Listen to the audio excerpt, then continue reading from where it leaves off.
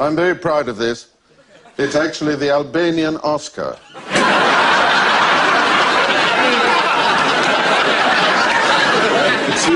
It's the only useful award that anybody's ever won. It's very nice of you to come. I accepted the invitation long after most of you. When I heard the quality of people, so many old friends, and so many people I've never met at all, which is always very exciting, but have admired from further away than this.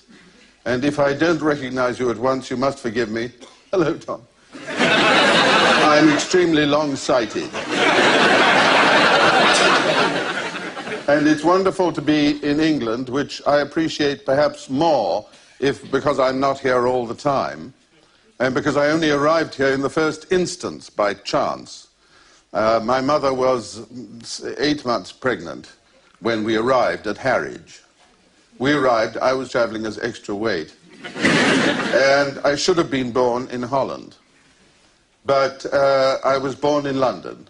My mother was so unacquainted with England that she couldn't understand on the trip from Harwich to London why every station was called Bovril. And we arrived just in time for me to be delivered here. And so my regard for England has always been that of an extremely friendly foreigner, but one who feels more at home here than perhaps anywhere else in the world. I say this because my real concept of the essence of Englishness came when my mother told me a story. My mother was a painter, and she designed the interior of Covent Garden and the ballet for the state visit of President Lebrun in 1938 in order to celebrate the Entente Cordiale. And she was selected, together with Dame Ninette de Valois and Constant Lambert, to be presented to Queen Mary. She knew nothing about that kind of protocol or etiquette. And she was told that she must not change the direction of her eyes, she must look directly in front of her, and only speak when she was spoken to. So she stood in the front row with the three of them, with the two of them, she was the third. And Queen Mary swept in, as I had seen her on one occasion in Harrods, looking very much, Ted, like a magnificent ship in full sail, and accompanied by one of the elderly ladies who lived in Hampton Court, a Grand Duchess, Pless, Nassau, Coburg, Gotha, and Wittelsbach, with a tiara, and she was really very, very small, and Queen Mary was this majestic person. And they arrived opposite Ninette de Valois, and my mother stood rigidly like that. And Queen Mary said something like, "You often find you have yes and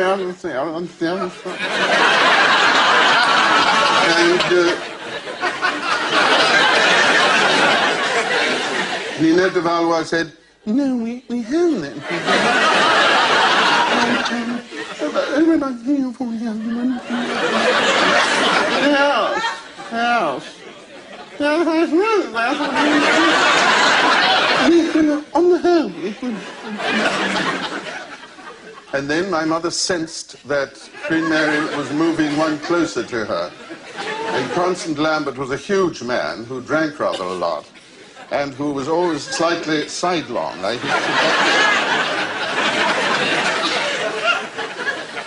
And she still looked rigidly ahead, not daring to see what was happening.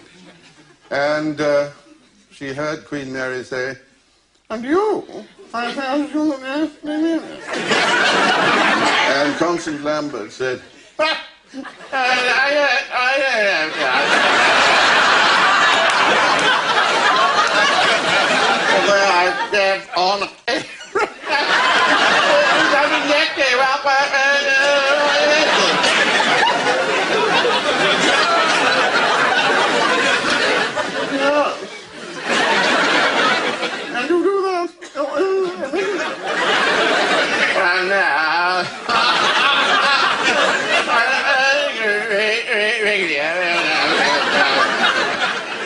Then there was a pause, and Queen Mary landed in front of my mother. And she looked at her and said,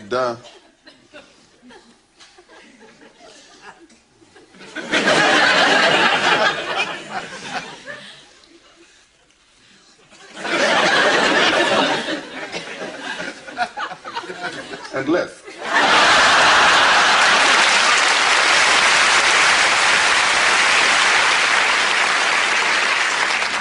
So the Grand Duchess, caught between her desire, need to follow Queen Mary and to say some sort of consoling word to make up for this absence of any communication, just had time to grip my mother's wrist and say, "What a pity about the revolution."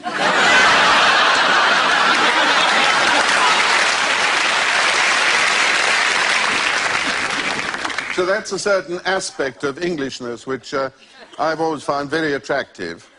And another one is that this country is still very, very full of surprises. There was a visit to England the other day from a Dutchman who had lived a quiet and sheltered life and produced the definitive book on the painting of Peter de Hoogh, of Dutch interiors, quiet women sweeping floors and yachts in the background and windmills and occasional cow and everything, the very epitome of peacefulness. And this man was in his early 60s, and he had occasion to be invited to a ducal house by a mutual friend of the Duke and of his in England. He arrived there, and to his horror, having written the definitive book, which was now published in magnificent coffee table style, with all the paintings that Peter de Hoogh had ever painted, he suddenly saw two new ones on the wall that he had never seen, and he got terribly excited and said to the friend, "But I think these are by Peter de Hoogh." And the friend said, "By whom?" "By Peter de Hoogh." He said, "Well, you better ask the Duke." "How does one call the Duke?" "You call him His Grace." "Thank you very much." And he went and said, "His Grace,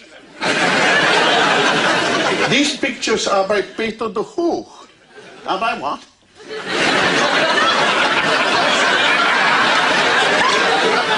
"Peter de Hoogh." "I don't know. I don't know what they are, really." "That fellow's painted on wood, of course." "I know that, because when I was younger, I used to throw a ball against it. And it had a very true bounce. But the other one, probably the other one was in the other wing before the fire, but I don't remember it at all. At all. You want me to call for the black book, and then I can, you see, they have tiddlywinks on the frame. Look very carefully there. And you read me out the number. And I'll tell you what they are. That would be very wonderful, His Grace. And the butler appeared this size. "Bellamy, the black book." Came back with it, and the Duke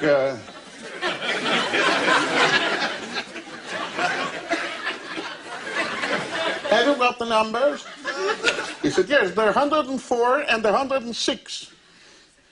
"Oh, I wonder what happened to 105. 104, yeah. What did you say they were?" "Peter de Hoogh." "Full marks." "What is that, German?" No, it's Dutch." I beg your pardon. "It's Dutch from Holland."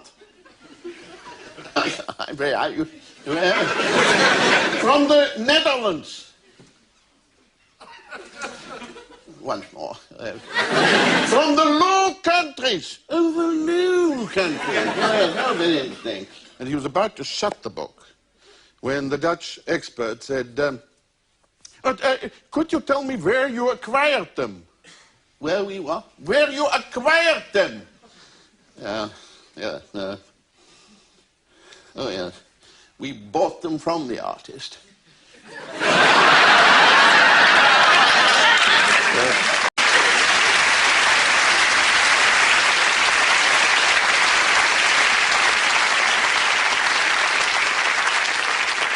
That's another aspect of Englishness.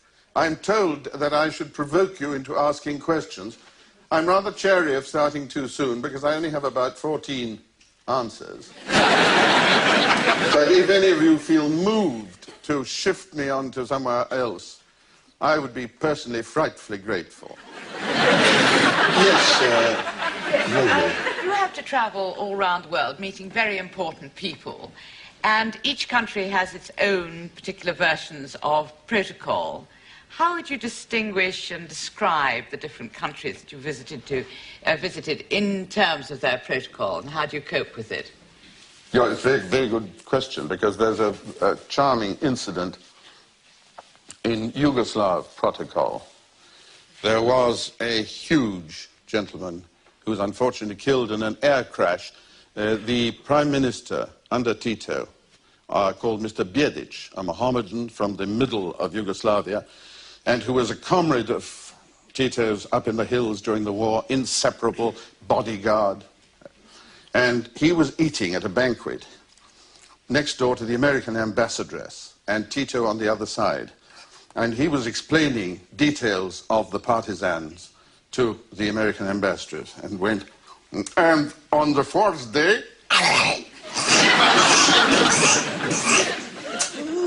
they were attacking, and Tito noticed that and said, Bjedic.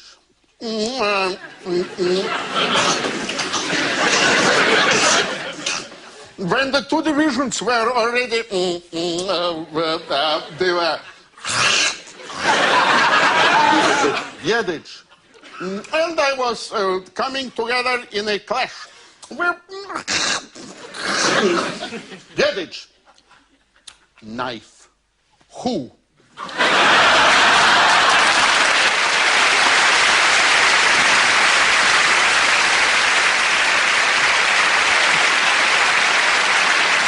There was a wonderful clash of protocols at the giving out of the Erasmus Prize, which was won in The Hague by Ingmar Bergman and Charlie Chaplin. I had to go and make a speech for Charlie Chaplin at his request, because he said he was too shy. Well, I'm just as shy as he is, but I did it because it was not for me. It was much easier to make the speech.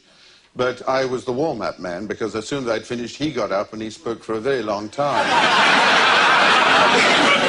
But I remember Queen Juliana, who was very short-sighted and a very charming lady, who suddenly didn't see the Swedish emissary anymore because Ingmar Bergman couldn't come himself, so that it was somebody from the palace who came.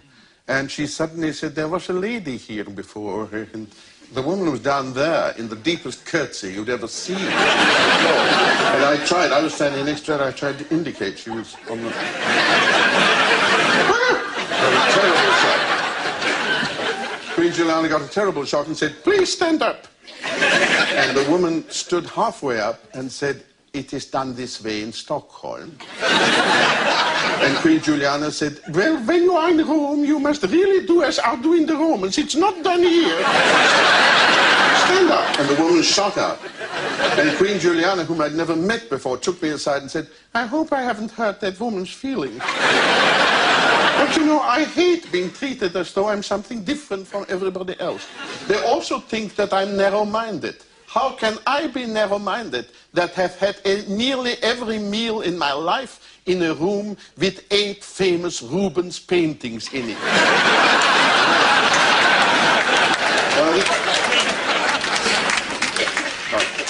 Do you know the White House well? Have you met the Reagans? And does Nancy Reagan run things as we're told she does? Well, we were at the White House, and I have no compunction in telling you about this because it was in all the papers, but we were actually there at the moment when suddenly there was a little...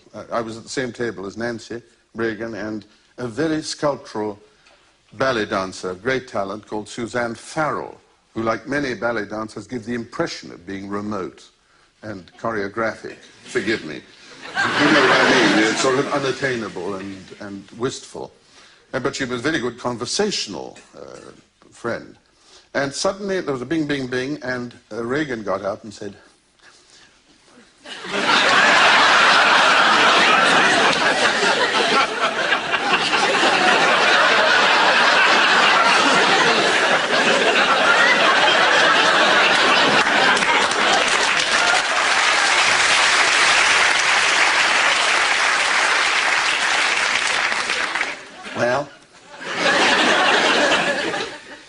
I just want to raise this glass of mine in this White House of ours to welcome the Prince of Wales and his lovely Lady David. And suddenly I felt a grip like that. It was the ballerina who suddenly, as though I was a runaway motorbike. And she said, "What did he say?" And I said, "Don't worry, he's thinking of next weekend at Camp Diana."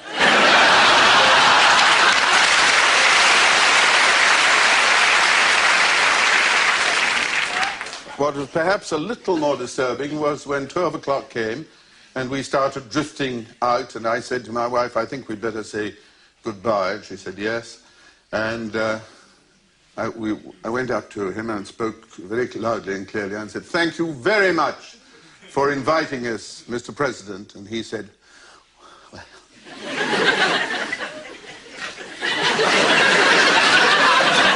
And I was standing so close to him, I couldn't go away without saying something else, I thought. So I said daringly, "You won't remember this, but almost 40 years ago, I invited you to dinner in London, and we dined together at a restaurant called Les Ambassadeurs."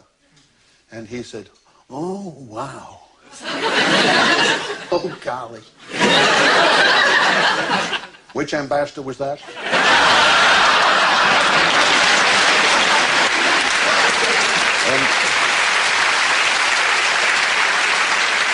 I thought of that the other day when we were with the television crew on the Great Wall of China, which is very precipitate. It's a very tiring wall altogether. It's full of people going in both directions.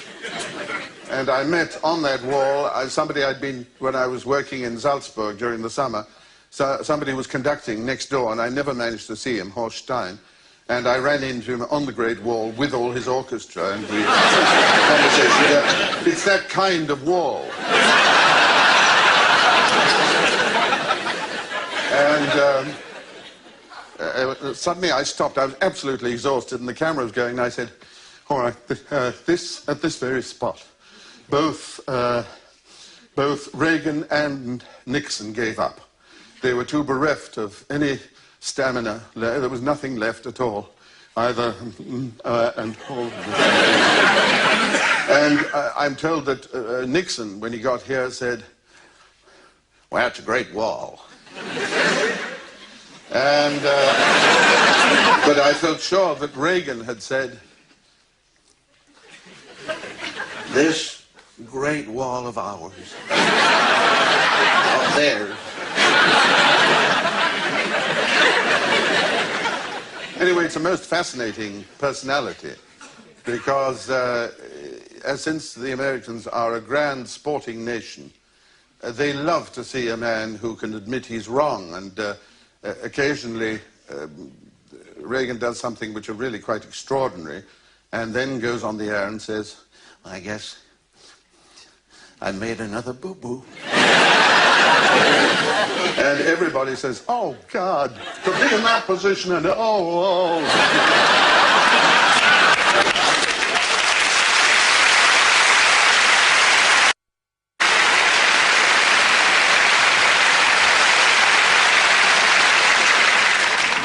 I can see, oh, Clive James.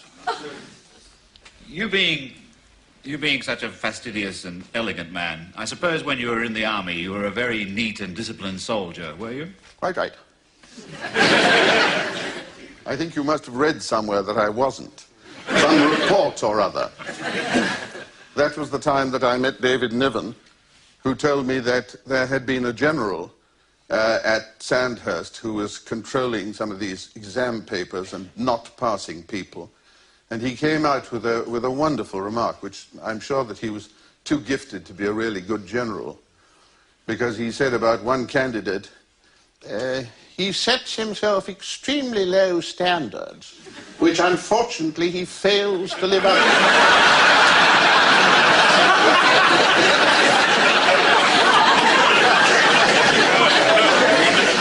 That was another of the saving graces, was the proximity of humor all the time, because we had at that time some of the last sergeants which came in a direct line, I think, from Waterloo.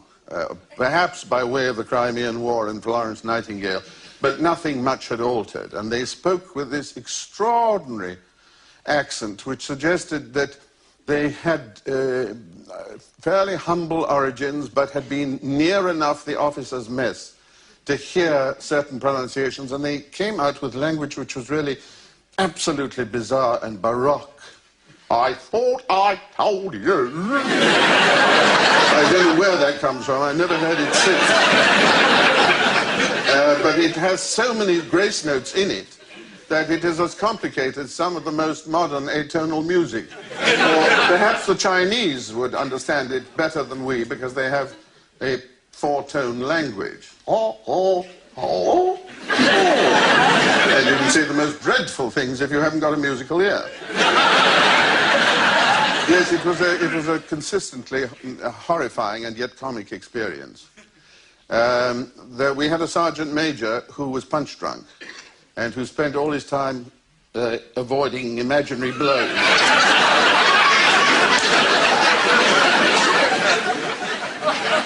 And the nearest he could get to my name was Itno. And when we first called into the army, we spent a horrifying first 5 or 6 weeks in billets which was so overcrowded there were 6 of us into the room the size of a toilet. It was really absolute agony. And afterwards we moved to rather more copious billets, although they were freezing. And I met this sergeant major in the street. And he was a man who, as a nervous tick, would say, "Stand up then. Stand up then." Even if you were lying, ready to shoot. "Stand up then." And he came up to me in the street and said, "Morning, Ustinov."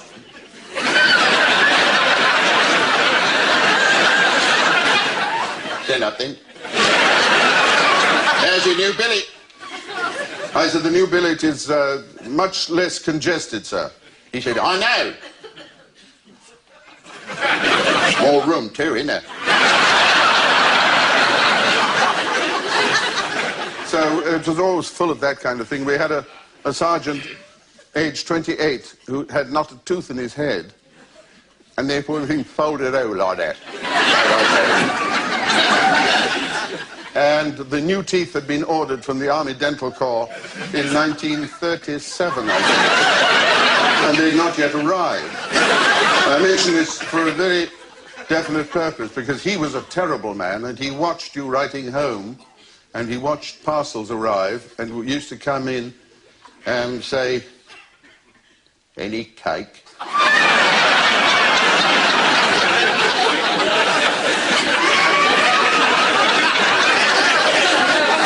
And you'd say, "No." Once you got wise to this, you said, "No, I got some toffee."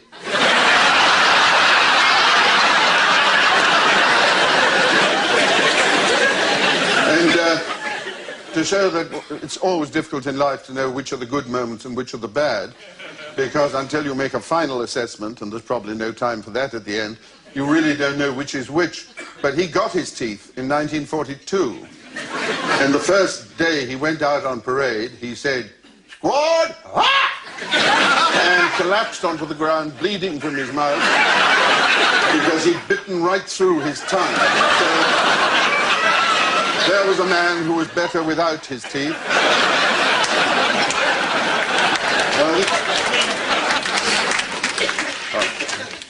Dennis. Peter, you were born in England and started your career in England. I'd love to know how it was that you crossed the Great Divide, jumped over the herring pond, and landed your first Hollywood job. The first Hollywood job was not done there. It was done in Rome. And it was Quo Vadis, which was then going to be directed by John Huston. And they thought I looked rather corrupt and shifty, and therefore might be good for Nero. And I did a test with John Huston. But that was a period when acting was completely different to what it is today. It was a time when I just appeared not so long before in a film called One of Our Aircraft is Missing, in which Hugh Williams appeared, a very distinguished actor and a father of someone who's here tonight. And he kept watching me the whole time. Every time I rehearsed, I saw him watching me, and he had a face which one could see him watching. So there was no doubt about what he was doing. He wasn't just being himself, his part.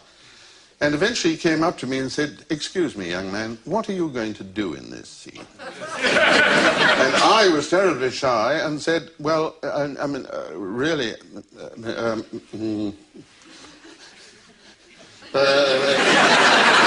Mr. Williams, I thought I'd do nothing."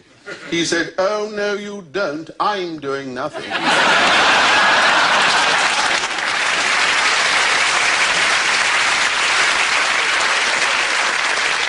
And that was a period when all drama students, I remember them, said, "I've heard how wonderfully Gerald du Maurier offered a cigarette." And everybody tried to emulate this negligent gesture. Cigarette. As though nothing had happened, and yet everything had happened. Because everything was reduced to such a level, the cigarette became tremendously important. Well, I was brought up in that tradition. And here I was being Nero, going absolutely mad, and thinking I was going so far overboard, nobody in his senses would engage me. Especially not if they'd seen Gerald du Maurier offer a cigarette. And all the time, John Huston, who's this wonderful, mischievous fellow, kept saying, "A little more, Peter. Just a little more." Quite mad. Can't be mad. Way overboard. And they said they liked it. But they said there was a delay of over a year. And they said that they wanted me to play the part. It was now Mervyn LeRoy who was directing it. They wanted me to play the part, but they thought I might be a little young for the role. I said that Nero died at the age of 31. If they waited any longer, I would be too old. They sent me a cable which I still got and cherish, which says, "Historical research has proved you correct."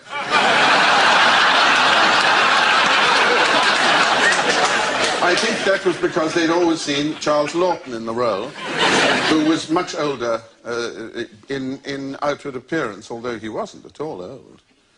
But I think maybe he should have done it.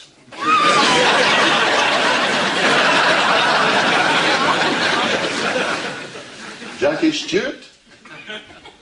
Peter, it's a long time since you did the Grand Prix of Gibraltar as a long player. Perhaps you might tell us how it came about, and maybe reminisce a little of some of the voices and why you did it. Well, I did it because at the time I was very interested in motor racing. Since you left, I'm less interested. So I think it's a very good reason you left. I approve of that heartily because it's good to see you there. And you've now become a very good commentator. I teased you about this before, but I can't resist making it public. Quite apart from the record, which is out of date because it's a long time ago. But Jackie, I've heard commentating on motor car races in America or Canada, and he does a wonderful job, except that occasionally you hear him say,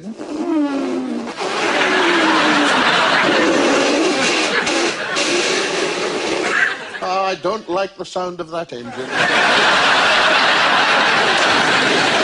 And then he says, "And one thing to notice about this very difficult around the houses racing that they're doing here is that you've got to keep off the pavement as much as possible." Here's young Forsyth coming round again. He happens to be in the lead, but I don't think he'll hold it for long. He's gone up on the sidewalk again. The back axle's not going to take this kind of treatment much longer. I can tell you that. He'll be retired before long.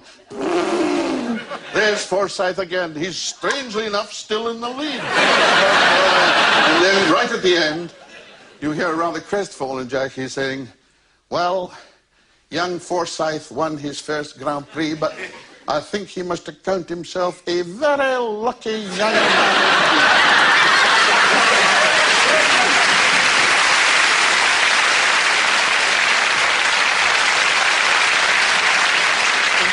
Yes.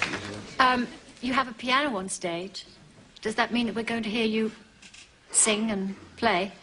No, we have not for a minute, but we have I have an old friend sitting in the audience called Tony Hopkins. not the one who's playing Lear tonight, the composer, and he wrote the music for 2 or 3 films I did and many others. And we used to have fun improvising in the style of various composers. And we thought we'd do it tonight, really, very daringly, because we haven't done it for many years. Oh, wow, golly. Which composer? Tell me.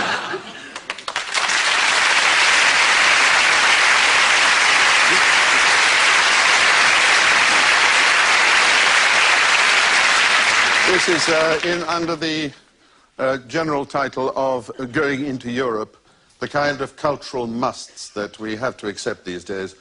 I'm here from the Allgemeine Musikschule in Bonn, and we are going to give you one of the rare pieces of Schubert. Schubert wrote this when he was ill.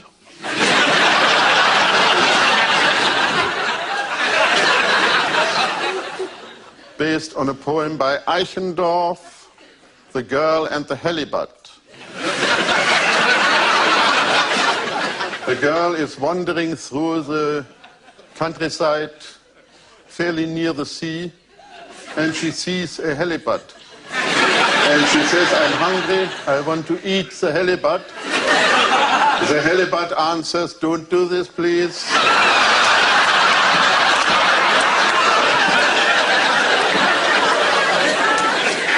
Because if you do this, you will be ill.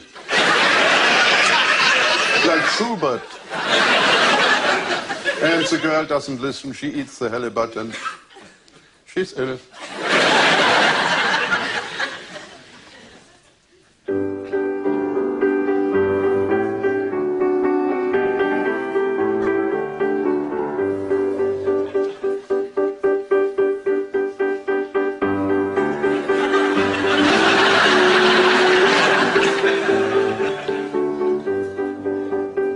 Ein Fräulein auf der Meer, ein Heilboot in das Meer. Und sagt, ich hab Hunger, ich will dir fressen, jawohl. Ich will dir fressen, jawohl.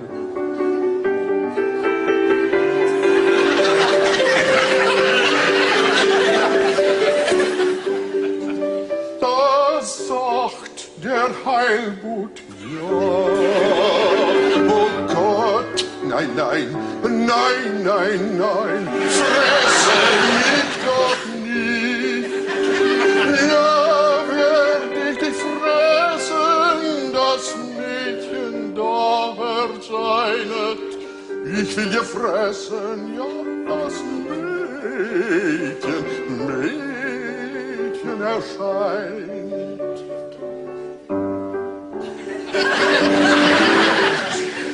Dann kam das Mädchen, ja, und fraß den Heilboot von den Meeren, den Heilboot von der Meer.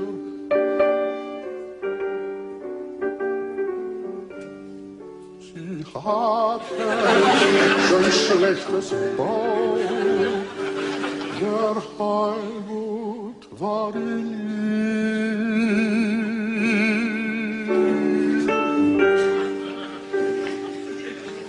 der Heilboot war in ihr.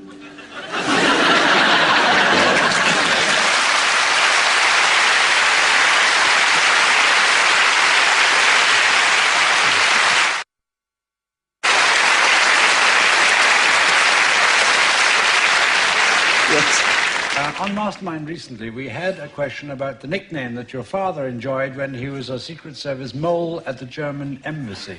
I think it was Dumpkopf or something like that. But as a result of that, I've had a letter which reproaches me for being a foreigner in Britain who had absorbed the British inability to pronounce foreign names correctly.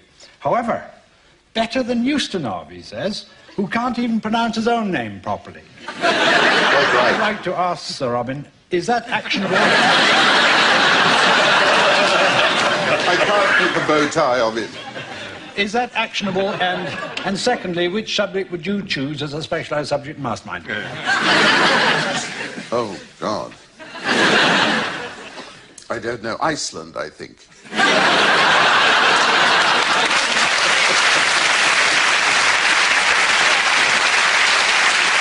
To make you feel at home. Not bad. They've got a great sense of humour. There was their Nobel Prize-winning author, Haldar Laxness, who was driving from his farm in a jeep at the age of 66, I think he was, when he was driven off the road by a truck. And he ended upside down in a ditch, still at the wheel of his car. And when the truck driver ran over to him upside down, he said upside down, "And is there anything else I can do for you?"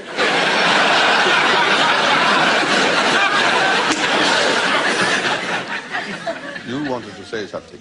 I remember a delightful character who was a dresser of yours in Brighton. A dresser who was very, very old. He was 88 or something, and he was terribly nimble, and you couldn't hear what he said half the time, but he said, "I'm one of the constables of Gloucester." I thought he meant he was a policeman. Apparently that's a famous tribe of jockeys. And he said, "I was 6 stone 8 when I was 21 years of age. How heavy do you think I am now?" I said, "I have absolutely no idea." 6 stone 8.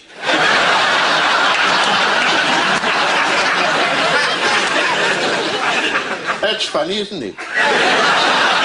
And it was the first night. I'd never appeared in that play before. It was opened in Brighton. And I had a little transistor radio with me, which was probably a Volv radio in those days. And just before I was going on the stage, I left it on. Just before I went on the stage, he stopped me. And he said, "May I ask you a question, sir?"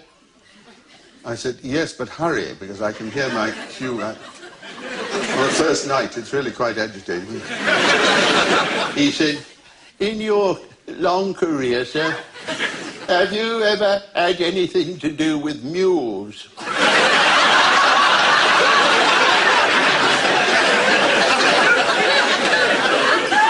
I said, "No, I've never had anything to do with mules." He said, "It's a great pity if you don't mind my saying so. It's a lovely animal. Christian as a dog if you treat it proper." Then I had to go on the stage. And I came off, and the music had changed. They were now playing Elgar's Second Symphony, which is a very Edwardian and fruity piece of music. The full orchestra employed nearly all the time, and he was listening to it, and he suddenly looked up and said, "Oh, you're back here. Piccolo, that's a fast instrument, isn't it?" And he had a tragic circumstance at home because he said his wife wasn't talking to him anymore. It's very alarming when the people at 80 don't talk to each other. Well, you know, it was during the war, near the end of the war. And I don't know what it was. I fancied I heard a buzz bomb. And I threw myself on my wife in the street. And she never forgave me.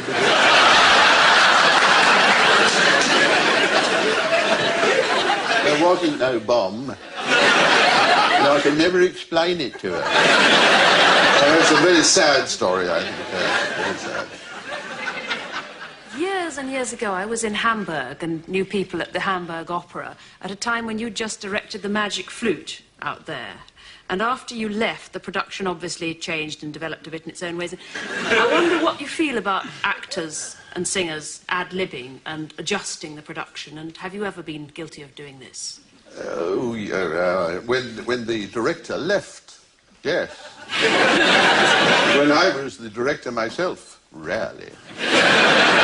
But Hamburg had a special character. Every time anything went wrong in Hamburg, you knew who it was, and you looked into the wings, and you didn't even have to see the man. He came out sheepishly and said, with a very strong Austrian accent, "It was my fault again." And he said, You said to him, I can't remember what his name was now, but I said, again you. He said, yes, you know, this is a temple of German efficiency, and I'm Austrian, and they keep me on because I humanize them. So, but however efficient you are in opera, things always can go wrong. In other words, you have to rehearse everything. Because one day in Siegfried, one of the pallbearers was taken ill. And as all the extras were leaving, the man in charge of them said, Hector, don't go home. Why, I'm not on tonight. You are on. Stresebach is ill. So, you will stay and you will go on with Schmidt. Take Höpke here. Show him, tell him, don't need to go on the stage. It's too easy. All you do is to go on. And when the Siegfried is dead, you pick up the and out. But look solemn. Always look solemn. So Schmidt said, it's easy. Come have a beer. We discuss this. Fit the clothes. All we go on is put and then you lift. And it's easy. So they didn't rehearse. And Siegfried died, was lying on his thing with the horns and wings. And the two men went on, and they picked it up facing each other.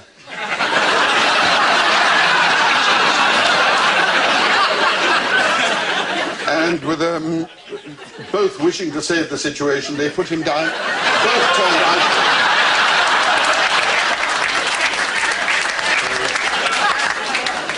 If you want to do a thing badly, you have to try harder than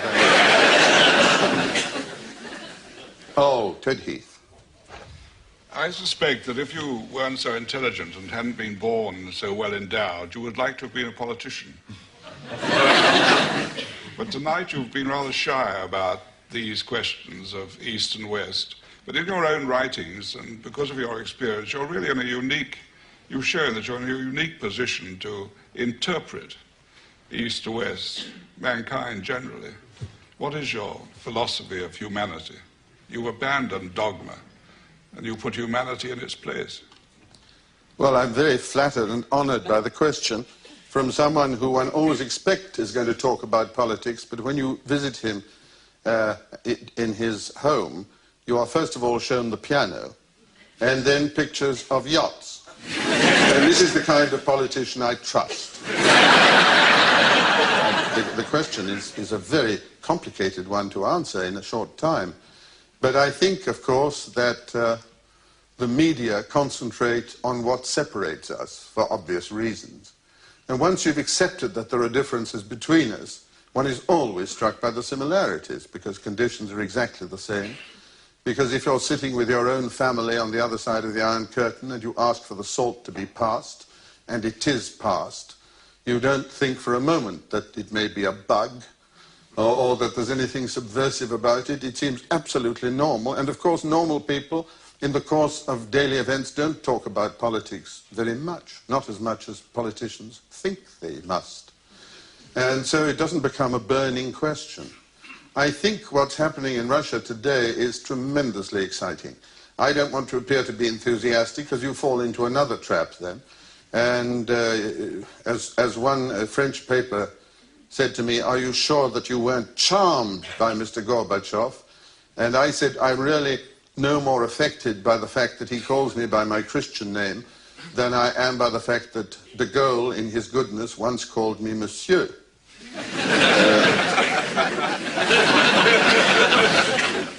I think they're tremendously exciting times when, especially in a society like that, which still bears the residue of Stalinism, or the habits of what happened in between, as in fact any organization must. What Gorbachev is doing really, without abandoning the aims of communism, he's gone back to Lenin and is trying to do what Lenin might have done if he had lived longer.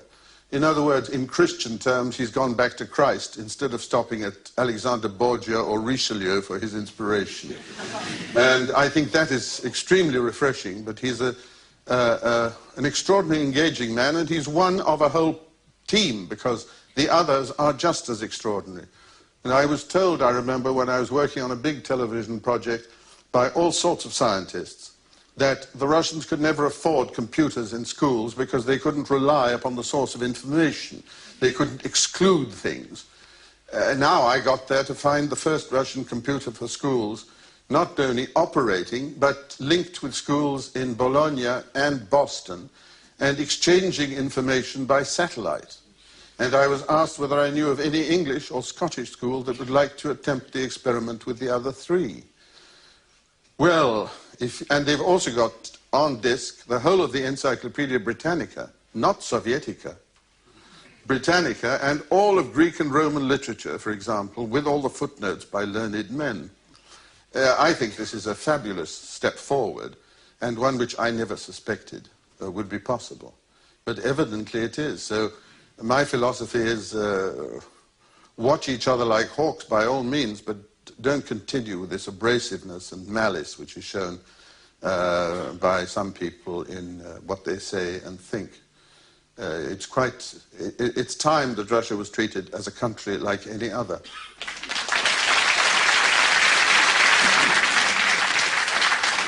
So it's a different way of looking at things, but basically people everywhere are really very good, I think, and they are only made bad.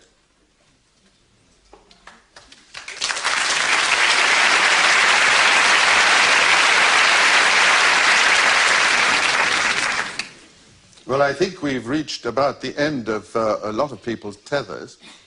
I thought I would send you off perhaps with a last touch of European culture with Professor Dengwald, who is here from the West Germany, the Bund für Europäische Zusammenarbeit. And in order to perform for you with the Bonner Kammerchor, nein, doch nicht. Ja.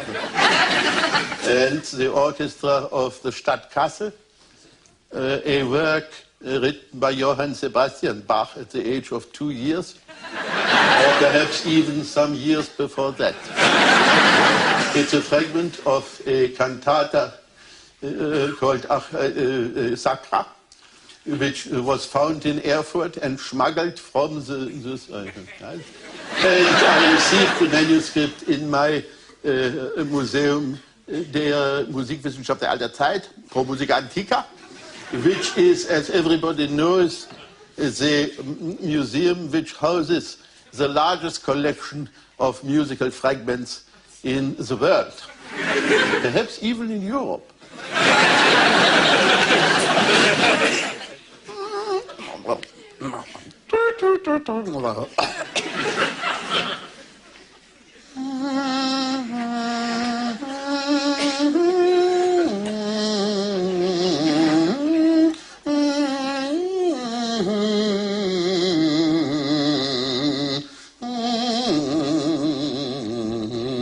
Oh, lieber Gott, sei doch nicht sei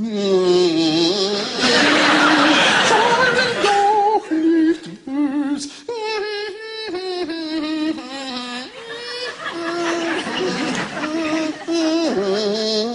Oh, sei doch, oh, sei doch nicht, oh, sei nicht bös.